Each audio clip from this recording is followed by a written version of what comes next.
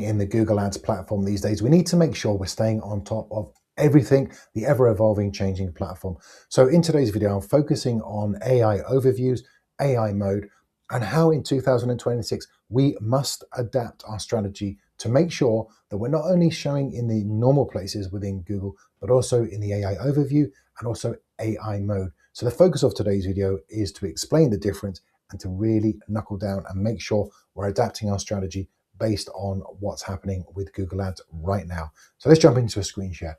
So we can see I've got this set for the AI overview. So basically you're asking a question to Google, small question, big question, up to 10 questions, and then the Google AI overview will then split out the answer. So we can see they give an example here, and there's some documentation below, and they kind of give a generative AI based on the thing that we're looking to search within Google. So how to pick the right watermelon by tapping, does that actually work? And then they generate the AI overview. So let's jump into some examples of this, and then I'll jump into a presentation in which I'll actually explain the difference between these and how we must adapt our Google Ads strategy for PPC to get the very best and make sure we're showing in these placements. So I've put in how to bring a small dog onto a flight, a little bit of fun. And again, I'm asking a question, and then we can see here, this is the AI overview within Google. And from here, we can see the different placements that we can see. We can see YouTube videos, organic, and then at the bottom, we've got some sponsored links right at the bottom here. So this is the AI overview. So again, if I jump into the actual AI mode, this looks very similar to something that we all know, ChatGPT, Perplexity, Claude, whatever you're using.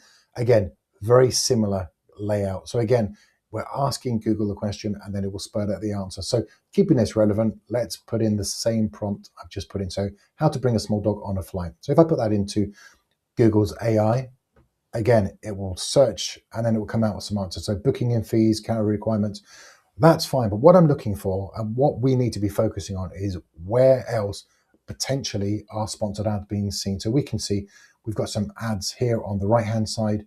And then if we go to the bottom again, we've got some advertising here. So these are the placements that we're starting to see, which is going to be where we want to be seeing our ads based on people using the likes of ChatGPT or AI mode within Google. So we want to make sure we're showing in these different placements. So let me jump into a little presentation and let's go through exactly what's the difference. So what's the difference, AI overview versus AI mode? So simple difference for Google search is AI overviews search first, AI's inside of AI overviews. And again, if we jump over to AI mode, AI first, and then search results inside of this. So very, very different. And we can see that based on the questions we were asking. So one looks a little bit like, the AI mode looks very much like ChatGPT, and the AI overview, we ask a question. And again, the presentation or the answers we're getting from Google, very, very different to the inputs to the outputs that we're getting from Google. So again, if I jump into the actual how this affects us as Google advertisers, so what we're seeing is up to 30-40% less clicks coming through for advertisers who aren't adopting certain strategies in 2026. So to be seen in these placements, we need to do a number of things. The first thing is adding in broad match keywords.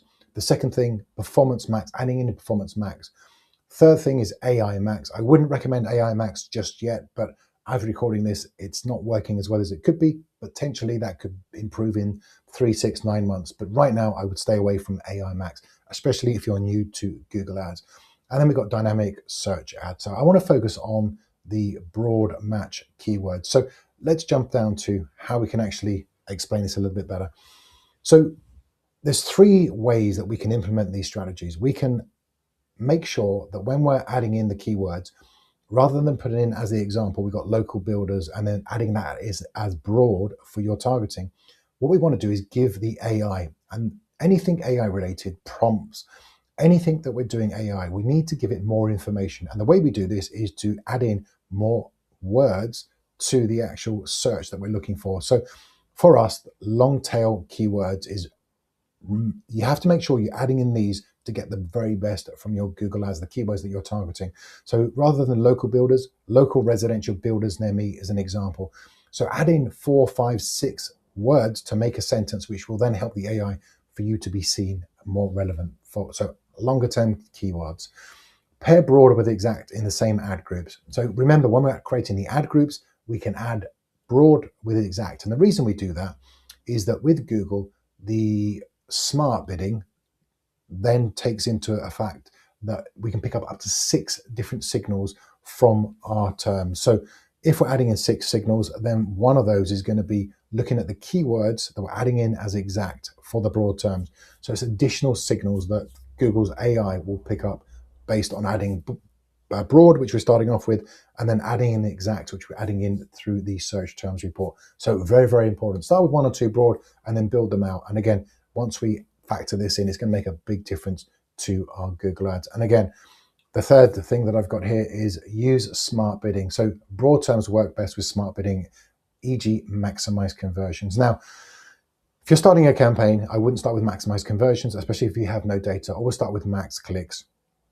Build the data out, get 10 clicks a day over 30 days, and then you want a sort of 30 conversions over 30 days, roughly, depending on the strategy that we're using. We then want to go from max clicks to a max conversion strategy. And this is the power of, if we use all of this, then we're going to be seen in AI overview and then potentially in AI mode. But if I want to focus probably more heavily on AI overview is where we want to be seen for our Google search. We need to make sure that we're implementing these strategies. Remember, the more inputs we put in, the better prompting we do, the better the placement will be for Google Ads. So we need to make sure we're giving it as much information. And on top of that, we still need to be doing our negative keywords to make sure if we're adding broad, it's going to show for a lot of volume. So make sure you're adding your negative keywords through your weekly optimizations for your terms that you're searching for.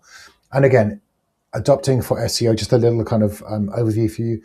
Make sure that if you're looking at SEO, again, it's going to be the same type of thing. So we need to make sure that we're adding in longer tail keywords, because the longer term keywords, again, the keywords are going to help the AI to show your ads for more relevant placements. And again, state of changes, follow Search Labs AI overviews, updates on shifts, spots, to updates to spot shifts early, and find content gaps. Use keyword tools to uncover questions. Generative AI don't always allow you to follow.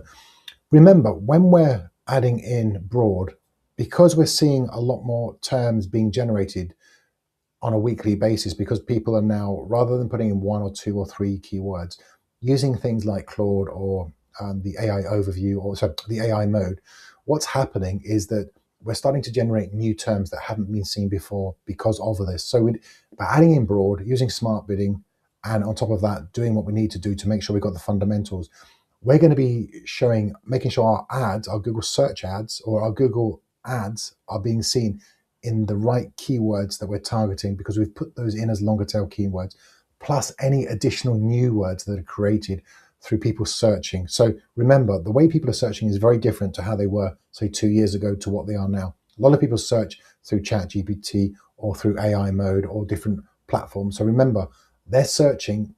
So that means new terms are being created. So we need to make sure as advertisers that our Google ads are being seen for as many placements or as many keywords as possible based on that in 2026.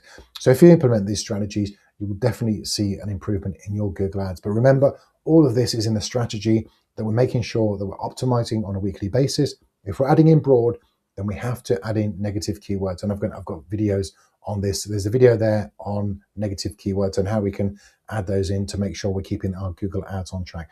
If you like this video, fantastic. If you want me to look at your Google ads, I'm offering a free order in which I'll go in. I can look at all your keywords, your negative keywords, structure of your account, and then potentially we can advise you on how to better improve your Google ads over time.